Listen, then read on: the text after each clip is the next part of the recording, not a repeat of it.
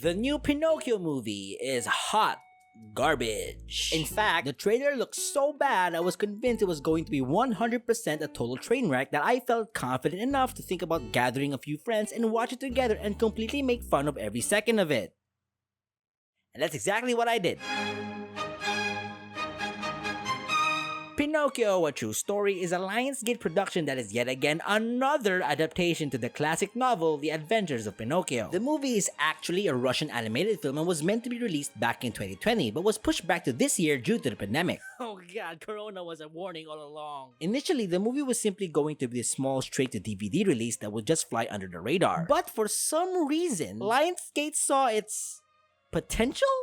And released a trailer with an updated voice cast, complete with legendary voice talent Tom Kenny and the weirdest choice to have Pauly Shore be the lead role, which then resulted into this. Father, when can I leave to be on my own? I've got the whole world to see. Yas Queen. Of course, it gains attention, but it was safe to assume that this was just some funny gag Lionsgate pulled, knowing no major monetary value was ever at risk here, and the movie didn't actually have Pauly Shore sounding like it's fucking real. It's real, it's here, and it's bad. And that's why we're here. But first, before we begin, I just wanted to try something new here and actually show some clips of genuine reactions from me and my friends when watching this movie. And since the movie in question is being owned by Lionsgate, I'm 90% sure this video won't be monetized and my cat won't be eating anytime for the next month. But don't worry, because we actually have a sponsor for today's video. This video is sponsored by Raid Shadow Legends. That's right, baby, Beanie's moving up and this time he's brought sponsors. Anyone already knows about Raid Shadow Legends, but did you know that Raid is turning 3 years old this month?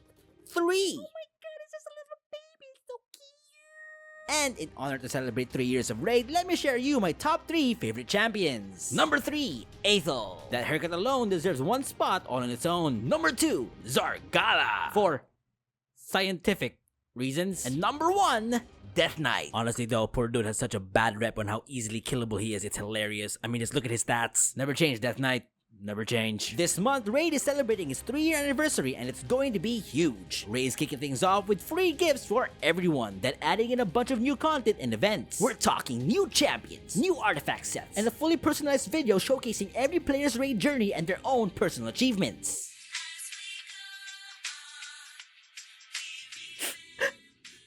I don't even know why I'm crying, it just started 2 days ago. If that's not enough, they got a full month of special events and tournaments with some of Raid's best ever prizes to offer, including badass champions, piles and piles of shards, and tons of other goodies. Raid's huge already, and with their whole anniversary event makes it an awesome time to join the Raid community, so don't wait around. And if you haven't started your journey in Raid yet, now's a great time as any. Get a special birthday package worth $40 by clicking the link in the description or scan my QR code right here. We're talking 3 free champions at once. Record, Tiger Soul, and Romero, plus 10 Magic XP brews, 10 Forest XP brews, and 10 Spirit brews. That's a lot of brews. All this treasure will be waiting for you right here. But wait, there's more! There is? Since it's Raid's birthday, the gifts keep coming. All new and existing players can get a bunch of free birthday gifts worth over $25. Just click the link and when in-game, just enter the promo code 3YearsRaid to get your hands on everything. It's that easy. So what are you waiting for? Click the link in the description and I'll see you in-game. And thanks again to Raid Shadow Legends for sponsoring today's video. Now back to the review. So anyways, on my way to searching on how this movie came to be, I found out that there are 2 English versions of this film. One being the international version, while the other being the Lionsgate version. Or as the internet deemed it to be, the non-Yassified version and the Yassified version. Which got me thinking,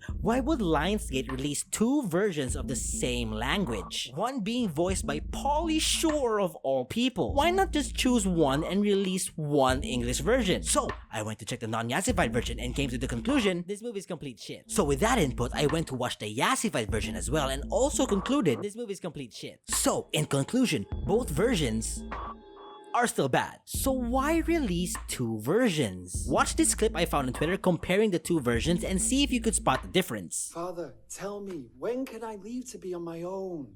I've got the whole world to see. Father, tell me, when can I leave to be on my own?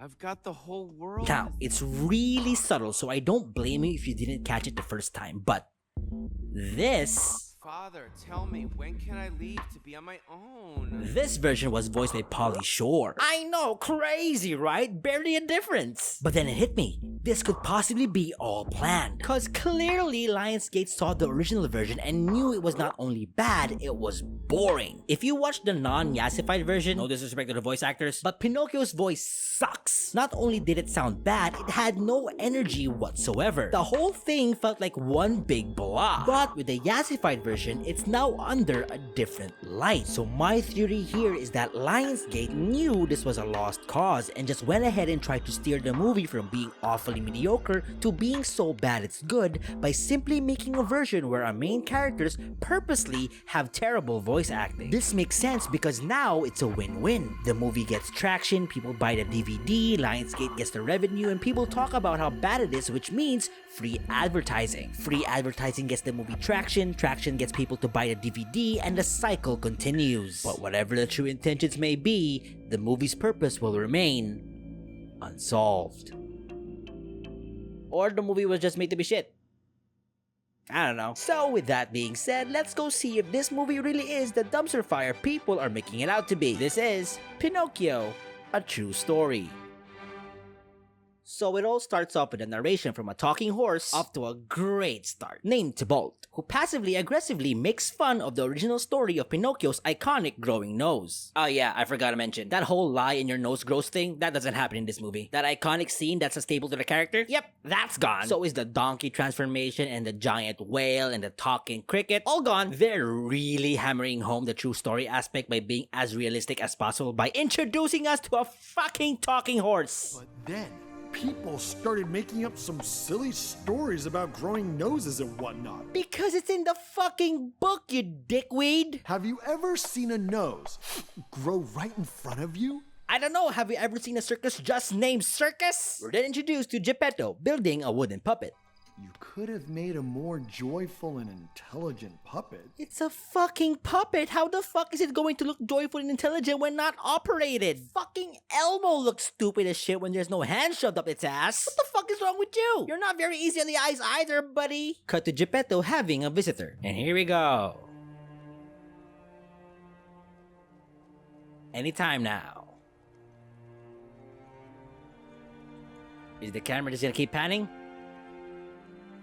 We're close enough. Are we just gonna keep staring at each other? There you go. And there we go. Beautiful. Here we meet ᵐᵒⁿ'ᵗ, the fairy. Turns out Geppetto was able to fix her wand, and in an act of gratitude, she decides to make his puppet come to life. You could have just given him a loving wife to birth him a child, but you know what? Who am I to judge? And finally, we get to see our main character Pinocchio come to life. Now, in many versions of Pinocchio's awakening, it's played out as this cute, heartwarming moment, and we finally get to see that very same scene in this version, and it comes off as a fucking horror film. That's horrifying. That is horrifying, bro. Oh my god, that's horrifying as shit. Fast forward to what I assume is a few days, and turns out Pinocchio is actually quite the stuntman. Now, in this scene, we're introduced to a detective named Brioni and a couple of his goons. Overall, they actually play a huge role in this movie, but what's weird here is that the movie kinda treats it like Pinocchio is a big-time fugitive and they've been on a cat-and-mouse chase for years. Which isn't the case. You guys have done nothing wrong. I don't get where you got the implication that you'll be arrested or why they arrest you. All you've done so far is be alive. I don't think that warrants any form of prison time. You don't think it's suspicious that there's no one suspicious in your home? God damn. He's an actual inquisitor. You won't mind if we see for ourselves. Why are you two hiding? You're a puppet and you're a horse. Literally do nothing and you'll be fine. It's really close. Bro, Pinocchio's just made of wood. You can just sit when the police come. You can just sit down and just not do anything. Find me, I can always pretend to be a tree stump. Exactly! Our heroes hear gunshots from a distance and off they go to investigate. The gunshot would actually come from a nearby traveling circus where we get to meet our villains. Yes. Makes sense. We're introduced to the ringleader named Oh, what a fool. and two of his goons, the cat and the fox. About this, I This is the cat from the goddamn app. We'll be catching the bullets where they Oh shit, I just realized it. What the fuck is It's this Tomcat. It's a Tomcat. Fun fact, those two are the only things carried over from the book that's somewhat faithful to the source material. You couldn't keep the talking cricket or the growing nose, but you chose to keep these shitheads?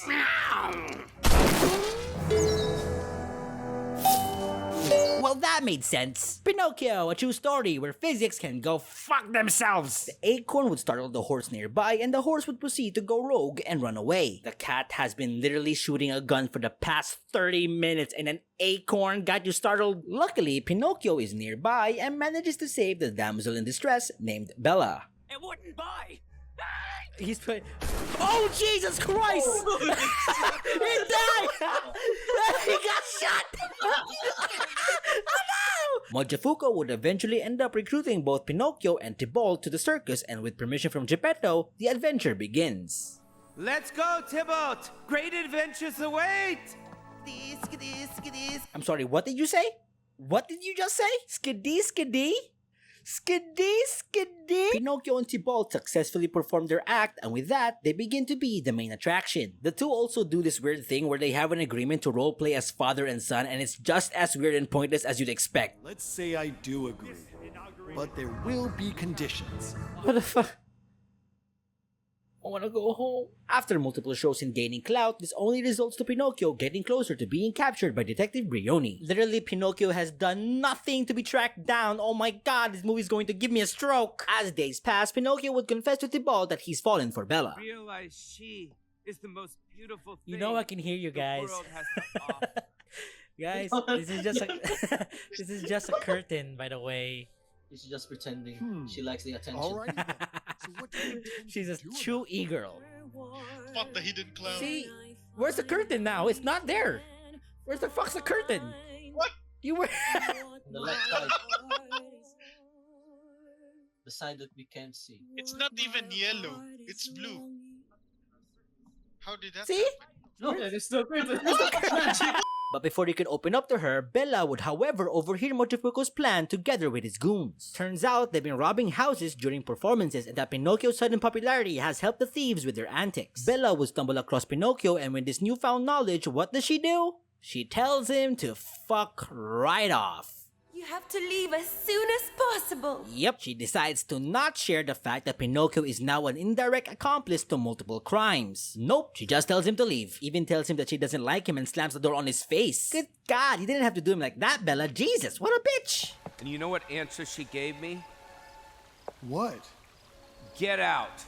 I'm pretty sure she was talking to the audience, but you know what? I understand the confusion. Blaming the rejection was because he's not human, the duo would receive a tip that the fairy Lucilda can help Pinocchio with his wish to become a real boy. The two would go on a quest to find the fairy, but would encounter a few obstacles along the way. Pinocchio, we're going back. No.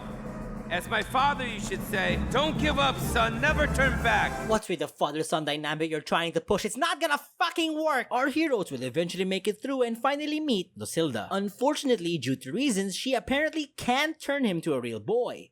Why? Well, let's have her explain it. Why didn't you turn him into a boy? For you, that's easy peasy. It's just not the right time yet, Caro. For short, the writers had no idea how they got here. Pinocchio and Tybalt would eventually find out from Detective Brioni what Mojafuko has been up to, and so off they go to save Bella. Pinocchio would end up getting captured though and get locked up in a carriage, finding his dad in the process. Now this was the movie's clever twist on the whale scene from the original. Trust me guys, it's not as clever as you think. Now get this, even after being heartbroken, getting shot, finding his father has been kidnapped, and get thrown into prison himself, Mojafuko still wants Pinocchio to continue his circus act.